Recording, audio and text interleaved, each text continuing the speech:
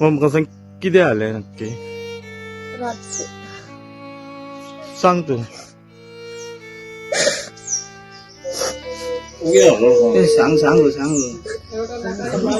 आमकां वापो फायर स्टेशनाक सादारणशे 22:41 भायर कॉल जालें म्हणून घराक उजो लागला म्हणून फोन आयलो. आमी रोखडेच आमची गाडी टर्न आउट केली. ती टीम घेवन आमी रोखडेच पॉयंटार एक 10 मिनटांनी पावले.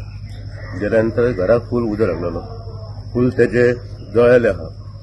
सगळे गेल्ले डॅमेज म्हणजे कितेंच मेळोंक ना.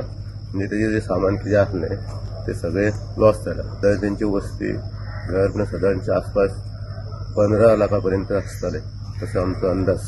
रातची तिघात आसता न्हू आई ना बाबा तिघात आसता सो ते नसले घरान राती खंय तरी फ्रेंडाचे जात्रा असले थंय गेल्ले आणि हे एकटेच असले म्हणून हांगा आमच्या कडेन येयले काका कडेन आपल्या न्हिसपाक आणि तो बाबू नासलो तो जात्रेकच गेल्लो काल्यार गेल्लो.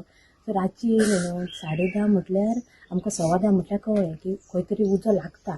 भायर सरून बघल्यार उजो तेंच्या घराक लागून व्हडलो सामको जालो. आमकां आठवना जालें.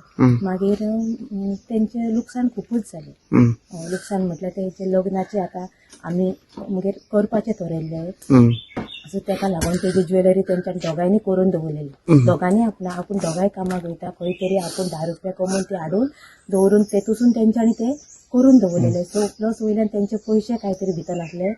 म्हाका दिसता पयशे आनी ज्वेलरी मेळोन एक दोगांचे मेळोन तरी 10-15 लाखार तरी वयतले कित्याक सगळे तेंच्यांनी केल्ले. हय आनी तो बाबू कामाक खंय तरी वयता सो तेंकां तो हेल्प करता न्हू. सगळे तेंच्या घरान तेंच्या कांयच उरोना. सगळे तेंचे जवळ